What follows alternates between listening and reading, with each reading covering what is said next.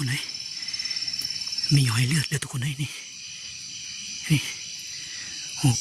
เลือดแตกเลยเป็นห้องเลยนี่พอตายสิไปทางไหนมันนี่เรียบร้อยแล้วทุกคนนะสบายดีแล้วก็สวัสดีพ่อแม่พี่น้องและก็มาอยู่อีกคลิปหนึ่งพี่น้องเลยตอนนี้เฮาก็ได้อยู่ป่าเลยและก็ได้ขึ้นมาหอดลังโพเลยทุกคนเลยมื้อนี้ก็สิได้ไปกับบ่าวสลีบ้านหน้าทุกคนไปนำกัน2 คนนี่แหละและก็สิได้ไปนอนมื้อนี้ฮะและก็สิได้ไปจอบกกมักมันที่ว่าเฮาได้ตัวฮ้อนมื้อนั้นนะทุกคนเลยบางทีก็อาจจะมีอีกอย่างตัวหนึ่งนะนี่ตอนนี้ก็ได้มาหอดภูเลยเดินทาง2 คนมื้อนี้พอดีขึ้นมาหอดก็มาเจอไก่เขามากินมังไห่ทุกคนเลยเขามาเมื่อนั้นฮะมังไห่ยังลายอยู่เลยนี่อันนี้ล่นมันเลยไก่ได้ประมาณ10 ใบโตนี่แหละไก่ปลามังไห่กับตำๆเลยมังไห่ใหญ่เห็นไก่เขามากินเมื่อกี้นี่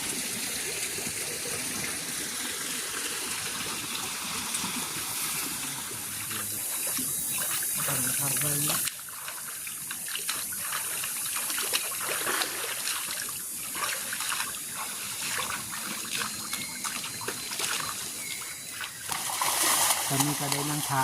บ่าวสลีอาบน้ำก่อนทุกคนเลยและก็สิได้เดินทางไปที่กกหมากมันที่ว่าเฮาไปถ่าจุดเมื่อก่อนนะทุกคนเลยก็ยังไก่พอสมควรอยู่ตอนนี้ก็ประมาณ16 โมงเลยเอามาเดี๋ยวเฮาก็สิได้ไปตัดคลิปอยู่ที่กกหมากมันเลยทุกคนเลยตอนนี้ก็กำลังเดินทางอยู่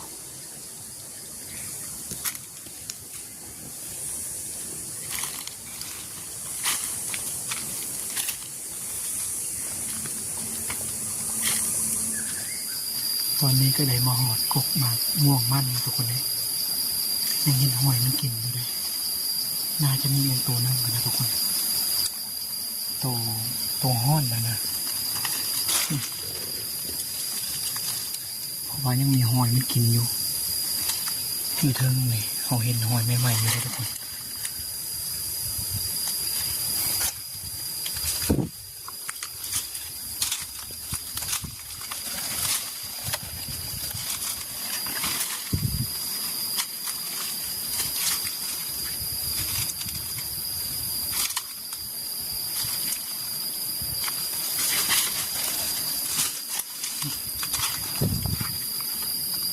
น่าจะกินประมาณมื้อวานมื้อซื่อนี้ทุกคนเลย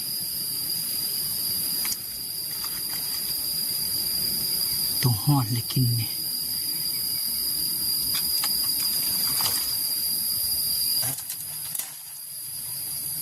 นี่หอยมันกินใหม่ๆเลยทุกคนเลยน่าจะเอามาคืนนี้เลยเนี่ยมันน่าจะมาทางนี้นะทุกคนหวานอยู่บ่สลีส้มบ่โมเป็นรุ่นหน่อยน่าจะเป็นตัวลิงเลย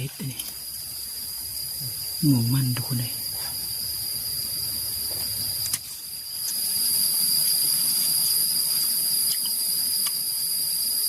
ส้มทุกคนเลย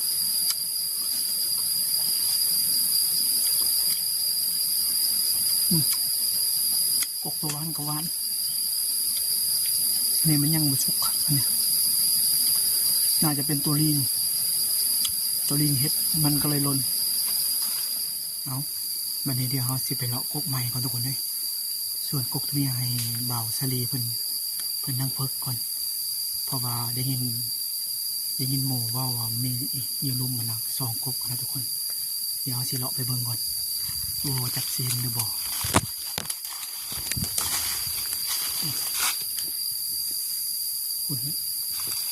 ลุมเดี๋ยวสิเลาะลงไปก่อนมาเนี่ยส่วนบ่าวสลีกันนั่งพึกเลยนะบ่อเฮ็ดซุ่มไว้นะทุกคนบ่อนั้นเลยเดี๋ยวสิลงไปทางนี้นะทุกคนเลย สียดายแต่ว่ามันอยากค่ำเลย17 โมงปลายเลยตัวนี้ เพราะว่ามาค่ำพูดทาสลีเพิ่นทาโม่เพิ่นมาสิมาเตเว่นมื้อนี้นะ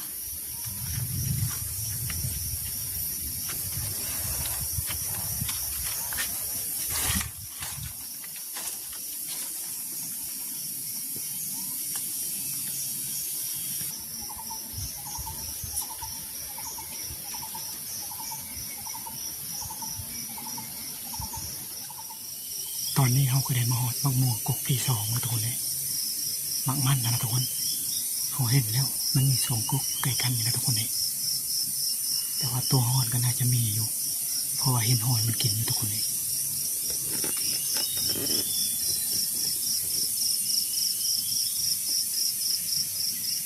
กกที่2ตัวนั้นก็เมนแต่ว่าน่าจะปุ่มบ่เป็นหมากตัวเลยมี2-3 กกอยู่นี่นี่นะโอ้ยมันกินไม่ได้ทุกคนเลยน่าจะเป็นตัวหอนนี่แหละนี่บ่ตัวหอนกับตัวเม่นเลยทุกคน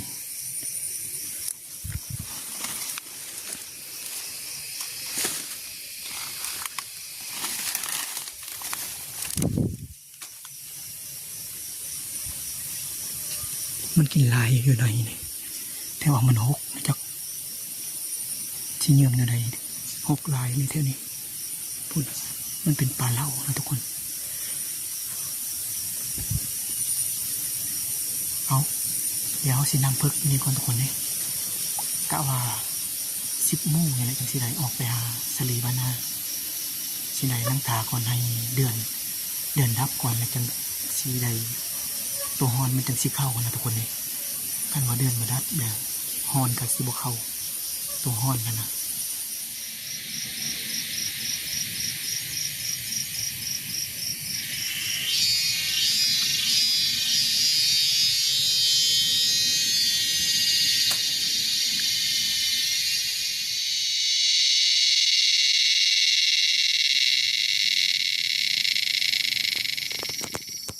ตอนนี้ก็เริ่มค่ำแล้วทุกคนเลย18 โมงปลายแล้วยังบ่มีตัวชัดเข้ามากินเลยเอาวันนี้เขาก็สิได้ออกไปหาสลีบ้านนาก่อนทุกคนเลยว่าสิอยู่หอด8 โมงแต่ว่าเดือนยังแจ้งอยู่ทุกคนเลยท้ายเดือนเข้าก่อนก็แต่เลยประมาณ10 โมงหมดเลยเดือน11 โมงหมดเลยเดือนยังมันยังสิเข้านะทุกคนเลยตอนนี้ก็มาหอดที่พักเลยทุกคนเลยได้หาแนวกินก่อนมาดิเพราะว่าถ้าของหอกที่นี่กับพวกเขามาของหอกอะไรเพราะว่ามาคำพูดทุกคนเลย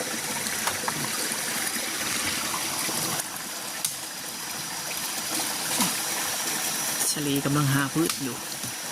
สีดังไฟเนี่ยพักนี่แหละนี่อยู่แคมน้ำนี่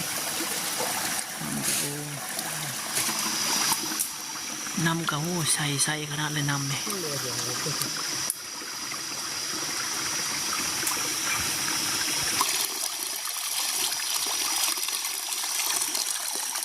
มาจับเขียดก่อนมาเลย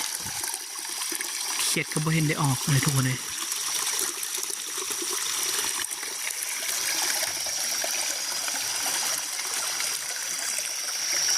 ว้าย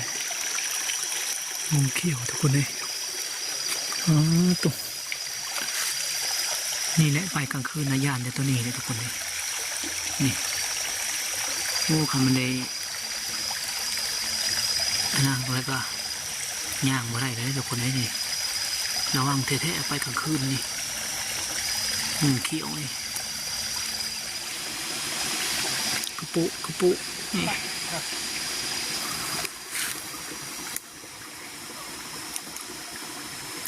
โอ้ย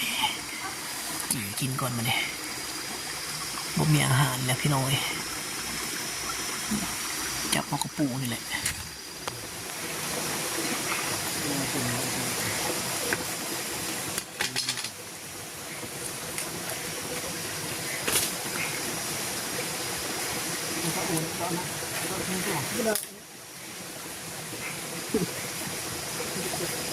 แม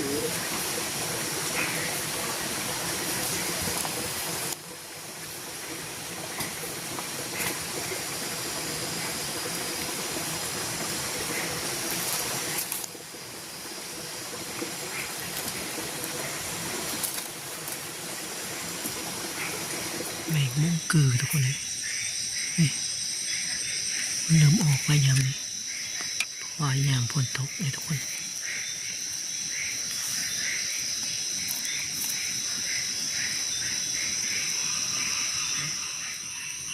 หาจับกับแก่ก่อนมาเลยทุกคนเลย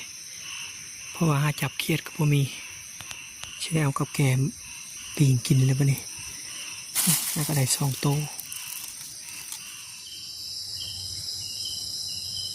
ยิงตัวพานแล้วพี่น้องเฮ้ยจัดไปแล้วโอ้ว่าจะถึกหรือบอทุกคน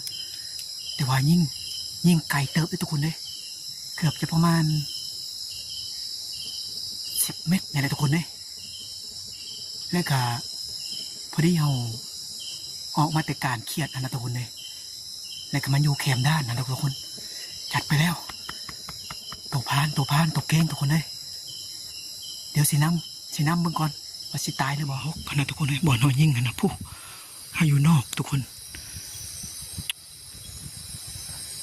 โอ้สิตายหรือบ่ทุกคนเลยนี่ถือ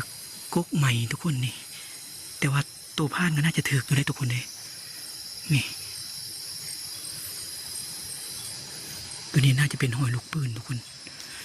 ลูกปืนตกมานะทุกคนเลยนี่หอยพานมันไปทางพุ่นเดี๋ยวสิน้ำมันก่อนมาสิมีเลยมีหอยเลือดเลยทุกคนเลยนี่โอ้สุดยอดเลยมันนี่หอยเลือดเต็มอันอย่างเลยทุกคนเลยนี่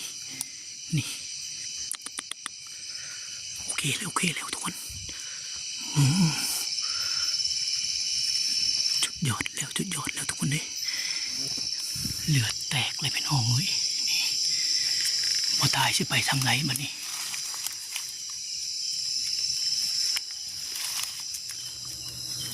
ยิงบาดที่2 ตัวเลย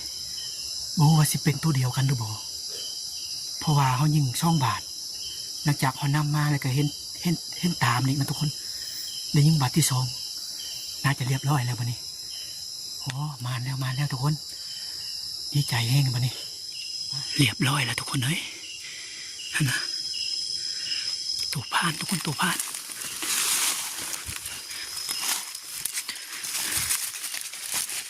ทุกคนเรียบร้อยแล้วสมบัติที่2เลยทุกคนเฮ้ยมาแล้วเรียบร้อยแล้วทุกคนสมบัติที่2จัดไปสุดยอดแล้วทุกคนเลยนี่ตัวพานหรือว่าตัวเก้งทุกคนโอ้มาแล้วมือนี้มาแล้ว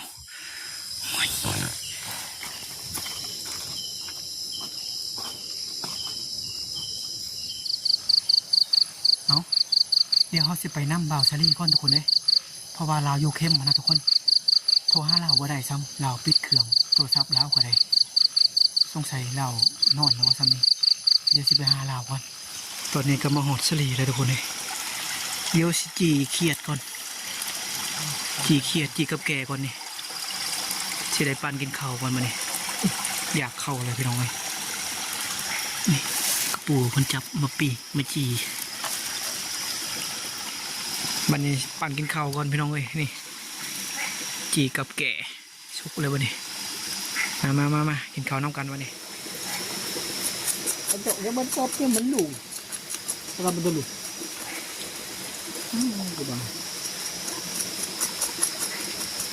ก็ไปกัน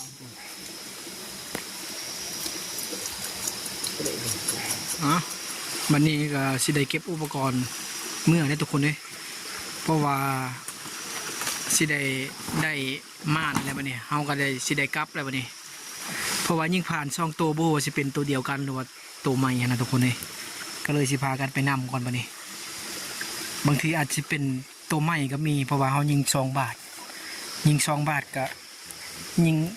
คนละบอนนะสิพากันไปนำคนไปนี่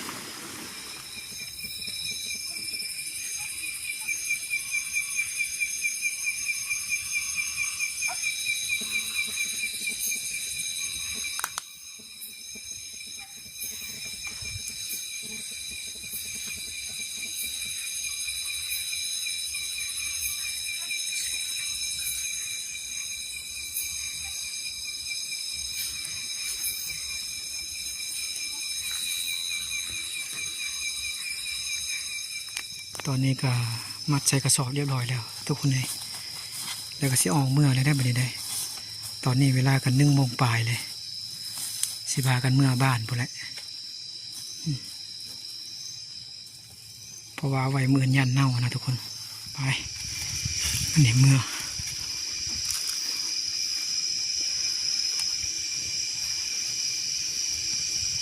เอาตอนนี้ก็ได้มอดเอื้อนแล้วทุกคนเลยห้าก็มา6ตอนนี้ก็3 โมงแล้วทุกคนเนี่ยมันเดือดหอดชาติแล้ววันนี้เดี๋ยวมื้ออื่นแล้วสิครัวเอาสำหรับคลิปนี้ก็สิได้จบไว้ซ้ำนี้ก่อนหาอยู่หากินมื้อนี้ก็มานอยู่ทุกคนเลยโอกาสหน้าพอกันใหม่สำหรับคลิปนี้ก็ขอขอบใจขอบคุณ FC ทั้งผู้เก่าและผู้ใหม่ที่ติดตามนะครับชมจนจบพี่น้องขอขอบใจหลายๆ